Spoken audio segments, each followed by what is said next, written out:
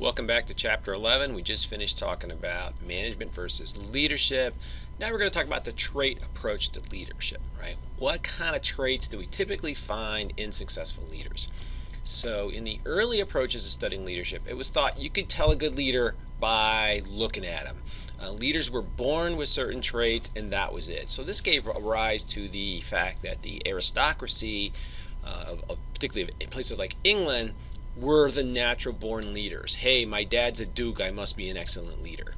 So we started looking at what does make an excellent leader, and certainly they were looking through the annals of military success and try to come up with a method to select a good leader. Right? And this is thought to be particularly useful in terms of who should be in charge of parts of the military and parts of business too.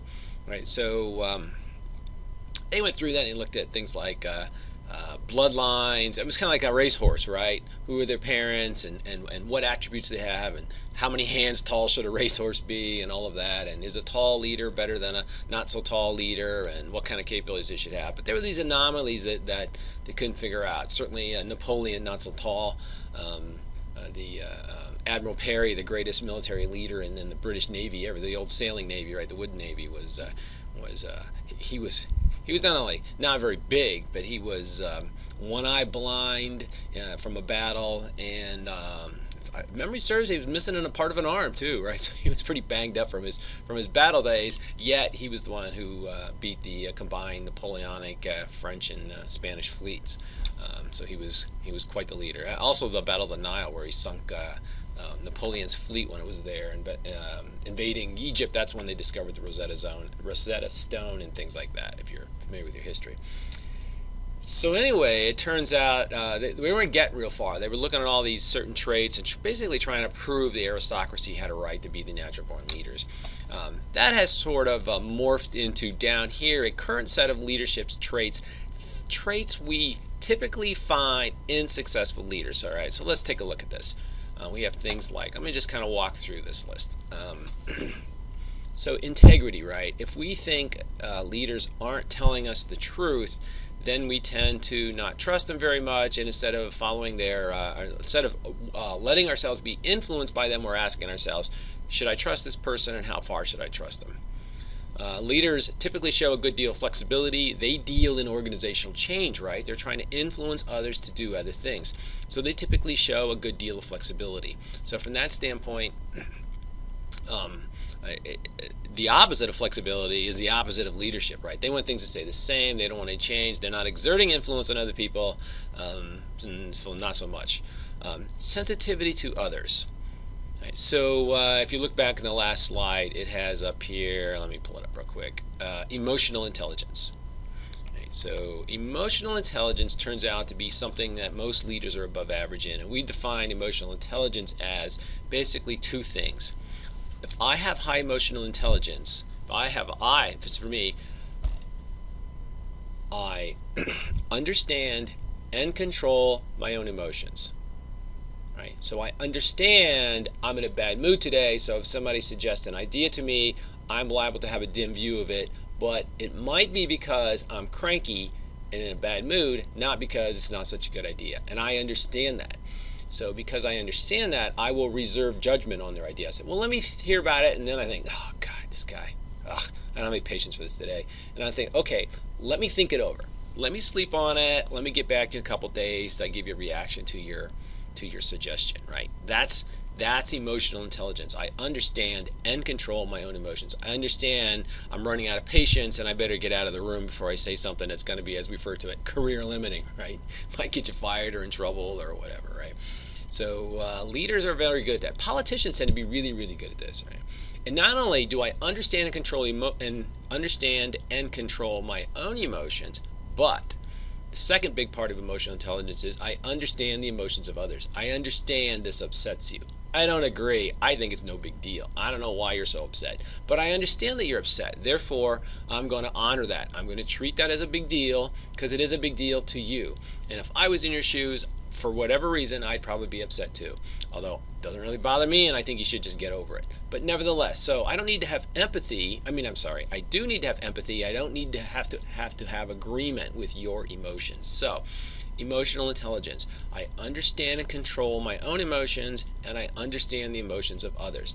That allows me to become a better leader. Quite frankly, I think it allows you to become a better parent too, right? It allows you to get along with others around you. So when someone's having a bad day, you cut them a little slack. If you're having a bad day, you realize it, right, and you learn how to handle yourself better. Intelligence. Traits of effective leaders. Leaders are often above average in intelligence. Are they always the smartest person in the room? Absolutely not. So on TV, right, you have Big Bang Theory, where you have Dr. Sheldon Cooper, the fictional character. He's the genius physics professor and researcher, and his intelligence is extremely high, and he's just a god-awful leader, right? And absolutely, he has no emotional intelligence either. He has to guess what other people are feeling. When they make a joke, he's always asking his roommate, is that sarcasm? Because he doesn't know, right? So high intelligence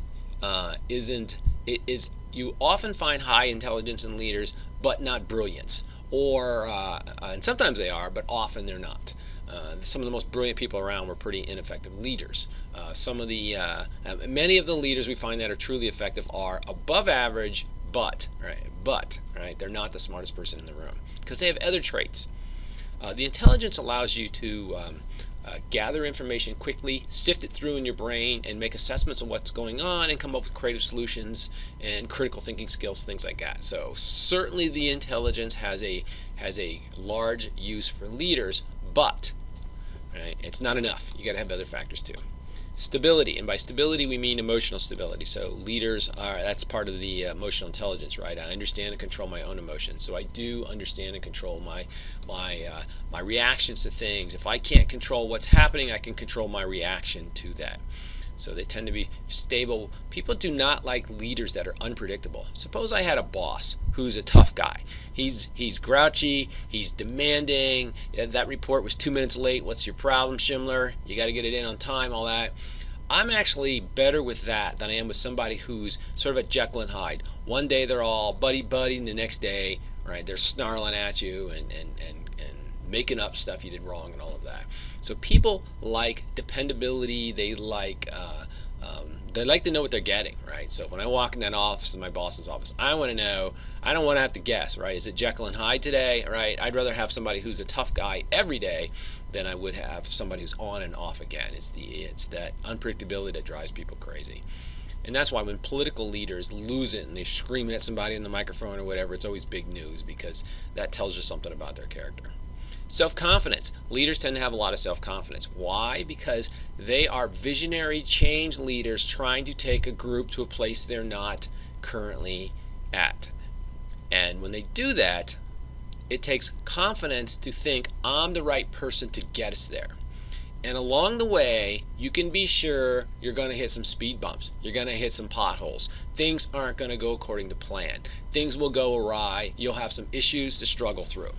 Well, it takes self-confidence to know you can solve those problems. Even though we haven't hit the problem yet, let alone we don't know what the answer is going to be, I have the self-confidence to think, I can figure it out. I and my team will solve this. We can get there from here. Do I know how to get there now? No, I do not. Do I think we can solve it? Yes, I do. Right? Also, they have the self-confidence that when they make mistakes, and every leader makes mistakes, so when they make mistakes, they have the self-confidence to pick themselves back up and know, I'm still the right person to lead this. Right? Think of all the disasters during Abraham Lincoln's first 4 years as president during the Civil War. He had terrible generals in charge of the Union Army, right? There was defeat after defeat and military disasters and just flat out mistakes. The wrong people were in charge and all that. Yet, he had the self-confidence to think, I'm still the right person to be president. This job is so bad that no one else would be able to see it through, or I can't trust that someone else would be able to see it through. Therefore, I'm going to stay the president, because if we keep fighting, we'll eventually win this war, right? Which takes us to dominance, right? Dominance is, I want to lead. Right? I want to lead. As a leader, it's very difficult to get somebody to be a leader when they don't want to lead. They have to have such motivation inside of them to want to achieve this new vision. Sometimes we have things like reluctant leaders. So I'm the leader because I didn't want to be. I know it's going to take a lot of effort and personal sacrifice and all that to be the leader, but no one else is stepping up and I just can't stand it, right? We have the We have the type A personalities that just can't stand to be something done less than 100%, less than effective, and all that. So when they see that, they just can't stand it. They have to step up and say, "Let me help with that," and they end up sort of taking over if no one else is there to do it. So even when they don't want to, they sort of have to, right? So that need to step up, to make it happen, to not see things fail and just shrug your shoulders and go, "Well, that didn't work," right? The need to succeed, right? That's all part of the dominance. High energy, right? Leaders typically have a lot of energy, and certainly very, very successful leaders tend to show lots and lots of energy. They're at it all the time, and that's because they it's not work for them. It's not tiring for them. They feed on the excitement. They feed on the task. They truly love the game, right? The thing that they're doing. So they don't need a vacation. That is a vacation for them. That's sort of what they're here to do. So leaders tend to they get really energized by the task itself, by the challenge itself. And it's not that it wears them down, although they do get tired and all of that, but they have far higher levels of energy than those around. So you've got somebody who's kind of quiet and kind of even the quiet ones tend to have a lot of energy. So I'm thinking of like Gandhi, right? So he was one of the most quiet but effective leaders out there. But even he was showing he didn't speak a lot, and I think it was Tuesdays. He had a vow of silence every Tuesday, so he would spend more time thinking than talking and all that. But he was always moving, always traveling around. He was push, trying to push for their independence from as a colony and so forth. So very common trait in leaders. Internal locus of control. You may not be familiar with that term. The opposite is external locus of control. So if someone says something bad happened to me, the organization's out to get me. I didn't get promoted because that guy he's a guy and I'm a female. Or the other way around, she got promoted and I didn't. Right? It's people think their success is due to external factors beyond their control. That would be an external locus of control. An internal locus of control is, that person got promoted over me because they did this, and this better than me. Therefore, I want to be promoted, so I'm going to work hard in those areas. I'm going to take a class online at night myself and get better. I'm going to go get an MBA. I'm going to learn how to do this programming thing. I'm going to go to YouTube and learn how to do this thing in Excel, do pivot tables or whatever that so I can do something in the office that other people can't. Oh, people here know how to do pivot tables too? Okay, then I'll learn how to write macros in Excel so we can crunch through these formulas for our cost model, right? And you just keep going. So internal locus of control. I can't always control what happens to me, but I can control my reaction to it. Right? And successful people almost always have a internal locus of control. I used to coach little kids soccer. I had this tiny little girl. When anybody bumped her, she'd fall down because she was weighed like a feather. And I used to tell her, look, you cannot help whether you get knocked down or not, because you're going to get knocked down. You can only control how fast you get back up. Right, so that's what I'll be looking for. Not did you get knocked down, I'll be looking for how fast you get back up. So think about it in terms of internal locus control, right? And I think it was Ben Franklin who used to say, the harder I work, the luckier I get. So be prepared. All right, I've talked in here about, you guys are doing a good job. You're working on your MBAs. That's why you're taking this class. But what else can you do? Take any training you can get. Take any cross training you can get. Take any education you can get. Do everything you can to build up your resume to make it as strong as possible. So when the chance happens, you're in the running for this opportunity, whatever that may be. And you don't know what that opportunity is until it comes up. So do what you can to get yourself ready. There's the words of wisdom for the day.